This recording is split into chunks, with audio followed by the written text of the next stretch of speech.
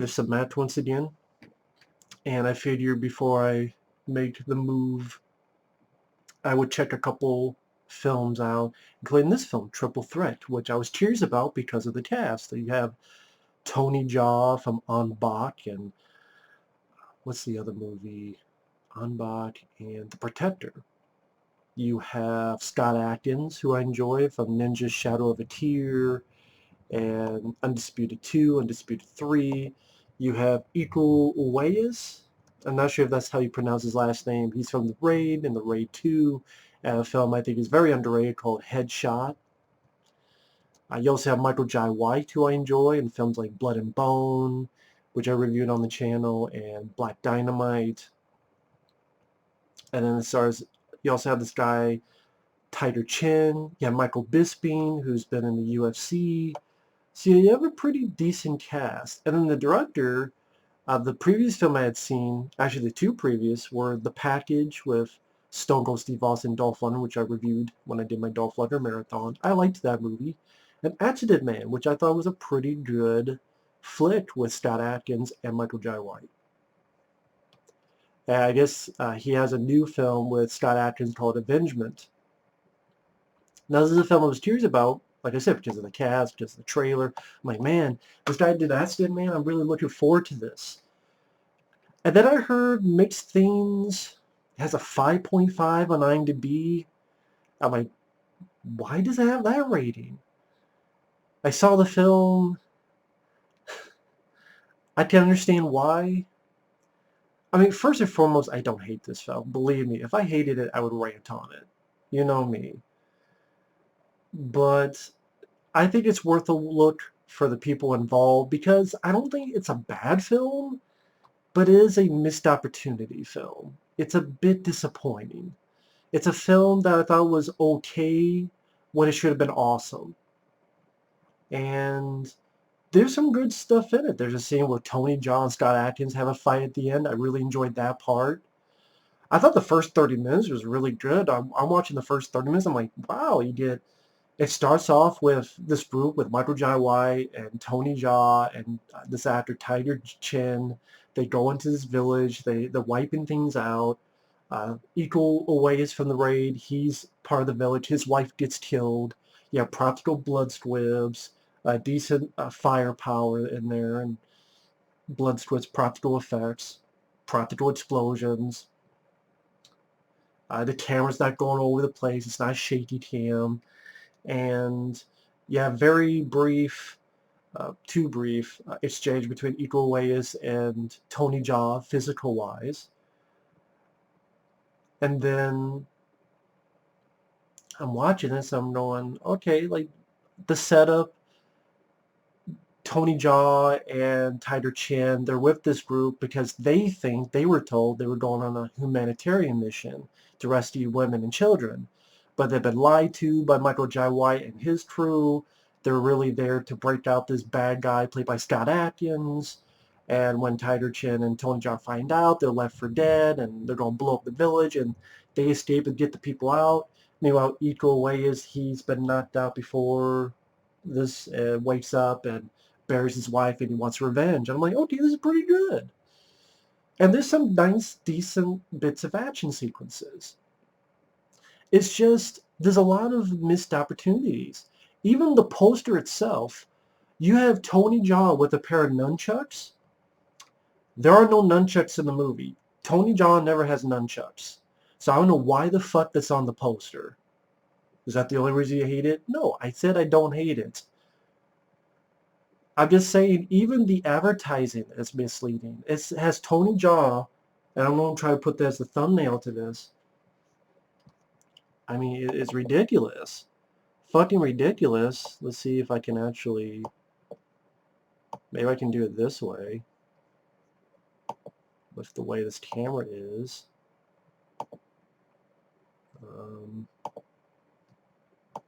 Here you go. You see this? These nunchucks are never in the movie.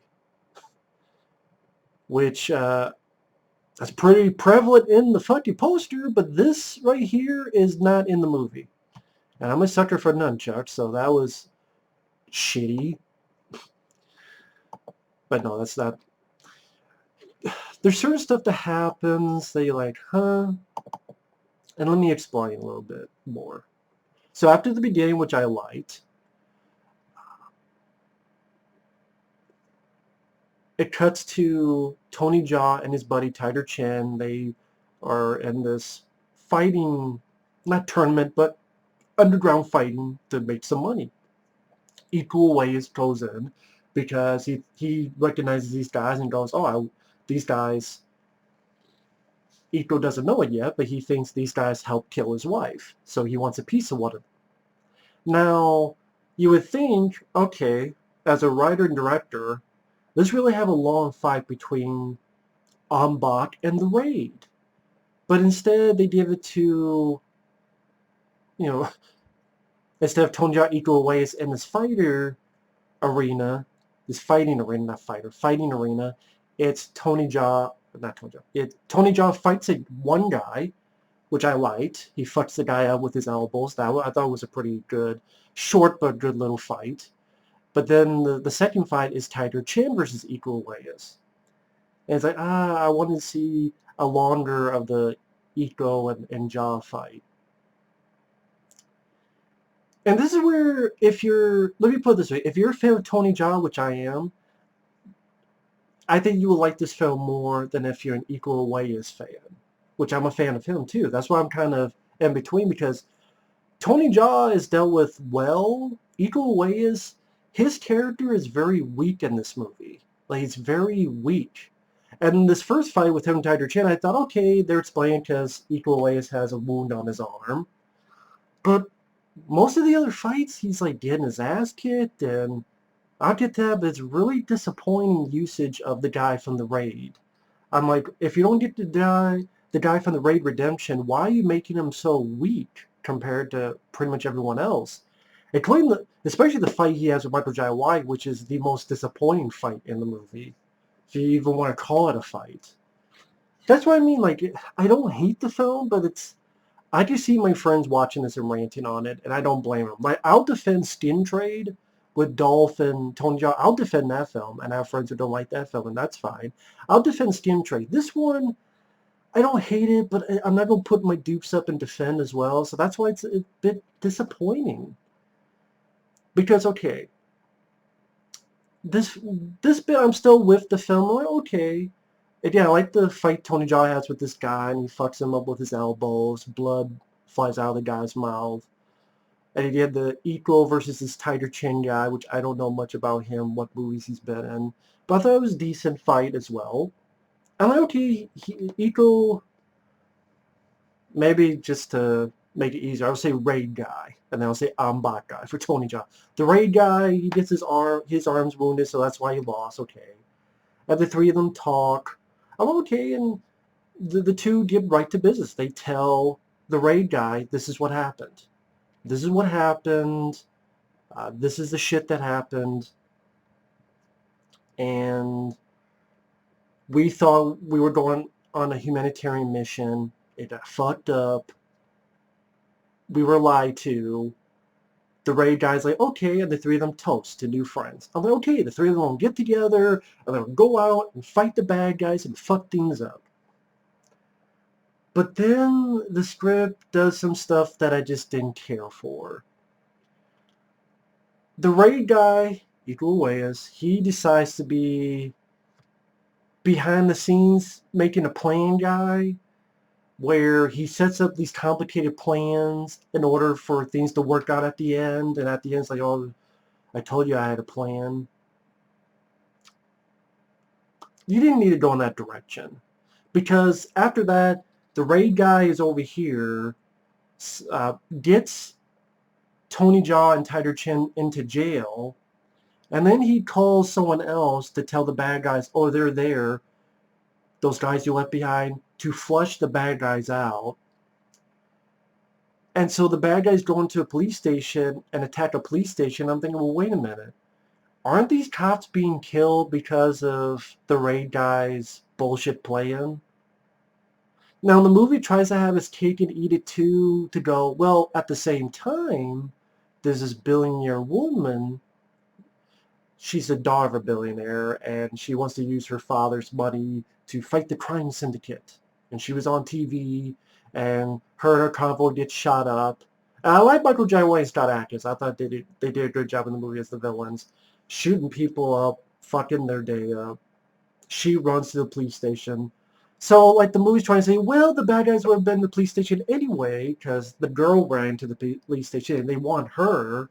So it would have worked out that way. So I'm like, okay, so it's just convenience that the same time he sets that up with those two guys, the bad guys are also chasing the girl into the same police station. It's like, is it, even for an action film, it's very weak scripting, it's very uh, weak storytelling.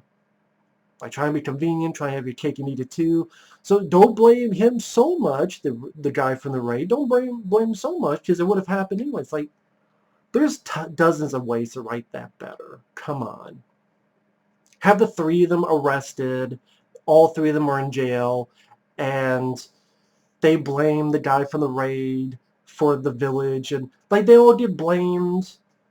They know they're alive. Hey, let's put the blame on them. These innocent people getting killed. They're in the police station. They don't know what to do. And then this happens. Like, that's a convenience I could deal with. Like, this... And even then, there's some decent action. Tony Jaa fucks up a guy. The guy from the raid, Iko, there's this girl bad guy, takes her grenade launcher, shoots her, blows her to pieces, and a gory practical effect. I'm like, damn, that was really bloody. And there's a couple other little fights. That was good. But when it's called Triple Threat, you want these three guys together for most of the film, and that's not the case, because even then, the raid guy goes off and pretends to work with Scott Adkins, saying, oh yeah, I'm looking for those two. Because his plan is he wants to kill the bad guys one by one, but then when he gets in fights, he sucks. So that's what I mean. Like, this is a terrible usage of the guy from the raid. Like, I don't know what the director... I don't know. Did he write the film? What was he thinking? What was he thinking with this script? Like, you have the guy from the raid, and this is how you use him? It's terrible usage. I mean, definitely, I would prefer Headshot with Iko Uwais a lot more than this. Like, that's a good usage of him. This is just a poor usage. 3 people wrote this. Joey O'Brien, Feng Jin Son, and Paul Staheli. Yeah, 3 people wrote this. Yeah, you got all... Must have been the 3 Stooges. So, he pretends to work with Scott Adkins. There's a point where Scott Adkins jumps on. Because by this point, Tony Jaa, Tiger Chen, they have the girl, the billionaire daughter. And she was fine. She wasn't annoying or anything. They're in a car. They're protecting her. There's a point where Scott Adkins does his Terminator impression where he gets in the car and is bashing through the windshield. I didn't mind that moment. In the middle is a little bit slow. You get some levity with Tony Jaa's character where the 3 are hiding out, and he said he was a former cook. And in equal ways, he's with the bad guys. There's a nice little flashback, sort of trying to explain his character motivation. And you get to the 3rd act, and there's some decent gumbo. Like, I know people are like, well, Matt, is this a rant or not? What it is I like the actors. I thought the actors did fine with the material they were given. I thought for a direct-to-video film that, it didn't go into theaters, it was a decent-looking film cinematography-wise. I thought it went at a fast pace. It's 90-some minutes. I didn't think it was that boring. I mean, yeah, the middle was a little bit slow, but again, I wouldn't call it boring. And I thought it had a couple really nice action moments, some good practical gore and blood squibs. Scott Adkins really showed his physical talent once again as a martial artist, as did Tony Jaa. I liked their fight at the end. Moments like the evil bad guy lady getting blown to bits, which that doesn't happen nowadays because either it's too on PC or would have been just a shitty CGI effect. I mean, You're talking to a guy that watched every single Steven Seagal direct-to-video film and reviewed it. You're talking to every guy who watched every single Dolph Lundgren, well, not every single, but 98% of Dolph Lundgren's direct-to-video films. And there are some good ones. There's a lot of bad ones. I've seen bad direct-to-video action films. I can't put this in the same vein as, even, I love Jean-Claude Van Damme, but Kill 'Em All, what was the one with his, someone stole his kidney? Pound of Flesh. This is nowhere in the level of those movies. Like, those to me are bad. Attack Force with Seagal is terrible. And there's some good ones, like The Order with Van Damme, In Hell with Van Damme, Wake of Death with Van Damme, with Dolph. I liked Stormcatcher. I loved Command Performance. But even those I would put above this. That's what I mean. There's a disappointment factor to this film. So it's disappointing, but I didn't hate it, if that makes sense. But I mean, Tony Jaa suddenly is shooting these other shooters because the guys make this deal. They know it's a bullshit deal for characters to come together. Iko Uwais tries to fight Michael Jai White, and he's pretty much just getting his ass kicked. And then Tiger Chin, which he has a nice moment where he fucks up Michael Bisping with hitting him with a brick to the head. He helps Iko Uwais out and saves his ass, and then when he gets knocked out, Iko Uwais does like one or two things and impales Michael Jai White. I'm like, well, you didn't even deserve that win. You got your ass kicked most of the fight. So sadly, the fight with Michael Jai White was the lamest fight in the movie. I'm like, come on, why are you making the guy from the raid look so weak? Did he piss the director off, or the three writers? Did he piss them off? Or, I mean, what's the point of triple threat if really, like, you might as well say double threat? Because Iko Uwais' character is not really much of a threat in this movie. And yeah, while this is happening, Scott Adkins and Tony Jaa are having a firefight, which I liked. Back and forth with each other with machine guns. And then Scott Adkins fights Tony Jaa and Iko Uwais at the same time. I like that fight. Oh, other than, again, the guy from the raid, Iko, looks weak. And I'm like, why? Why is this happening? Can someone explain to me who worked on the film why you made him so weak? If you like the guy from the raid, watch a film called Headshot. I reviewed that. Very, very underrated film. Great flick. I mean, I had issues with the raid too, because I think it was a 2-hour movie. Well, it was a 2.5-hour movie that should have been a 2-hour movie. Like, that was my biggest problem with the raid 2. Half an hour could have been cut out. And at the time, people were calling like the best action film of all time. I'm like, come on, let's calm down with that. The last half hour is brilliant. But that's what I mean. It's a 2.5-hour movie that should have just been 2 hours.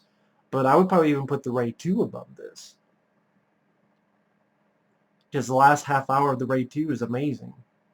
It's just, again, there's half hour that could be cut out of that movie.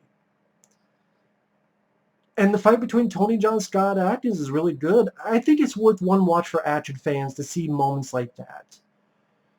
But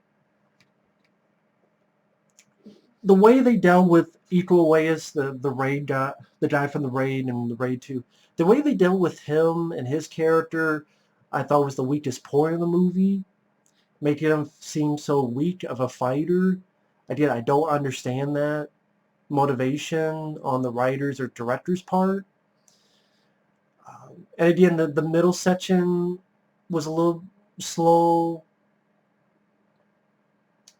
And I know people said all the heroes did was use guns, but I thought there was still a decent amount of fighting, stuff with their fists, especially in the last half hour of the film. Or I should say like the last 20 minutes of the film. There was still some good stuff in there. It was still entertaining on a rainy night, since it's raining like cats and dogs over here. And, it's at the very least a time waster, but I think that's the thing. People saw this cast, it should not be a time waster. But I've been so fucking burned on so many movies, maybe I'm taking it easy on the film. But again, you talk to a guy who watched every single Steven Seagal direct-to-video film and found, I love Seagal's early films, Above the Law, Out for Justice. I reviewed those, but his direct-to-video stuff, like maybe Urban Justice and Pistol Whipped. You know, most of Seagal's direct-to-video stuff is crap, and I've seen a lot of shitty actors. I don't consider this shitty. It's just, even the previous film I saw from the director, Accident Man, I would say is better than this film. So it's, and it still pisses me off that bit where on the poster you have Tony Jaa with nunchucks. Why isn't that in the movie? Like stuff like that added in the film I think would have worked a lot better. I would love to get in the heads of the director and writers of the film and ask them what was the reason for some of this stuff. Like why Iko Uwais, this is a guy who wants revenge for his death of his wife, but the only revenge he really truly gets is killing Michael Jai White as a cheater because the other guy helped out. Tiger Chen helped him out. I mean, I guess you got your revenge, and then behind the scenes, and you kind of got the cops killed at the police station. But no, the bad guys won't go there anyway because they're chasing the billionaire's daughter. It's like, again, the script, I don't think the direction is the problem. I don't think the actors are the problem. The action that's there, I enjoyed. It's well choreographed. It's brutal. Like I said, the evil lady, one of the bad guys is a female. And usually in this PC culture, you can't do anything to a female. But she gets the bloodiest death. Fucking blown to pieces from grenade launcher from the raid guy. Which, you know, I kind of wonder, well, I was going to say, I wonder if there's a message in that, but no. It was just surprising and like, whoa, fuck. But then when I think of police station, headshot with Iko Uwais from the raid, that is a police station scene that's a lot more insane than this. So definitely check out Headshot. This one, okay, time waster. And so I can understand why it's a 5.5 out of 10. It's an okay time waster, but it's disappointing. And that sucks. I wouldn't make a worse list because I saw Captain Marvel this year, Pet Sematary remake this year.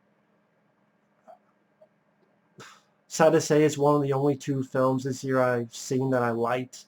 The one's John Wick 3, which is 100 times better than this film. So in reality, I probably should call this like a review/rant, but again, I think it has some nice elements, but if people are disappointed in the film, I don't blame them. Again, an okay time waster. I wish you would have had Tony Jaa use nunchucks like on your fucking poster. I wish Iko Uwais the Raid was a badass and not written as this character who gets his ass kicked all the time and is very weak. And but on the flip side, it has a really good Tony Jaa Scott Adkins fight. Scott Adkins, Michael Jai White, I enjoyed them in the film. The beginning I thought was well done. Has some nice gory bits, some blood squibs, some good choreography. That's what I mean. Decent pace. It's worth a watch on a rainy night. I'm not going to promise you don't love it.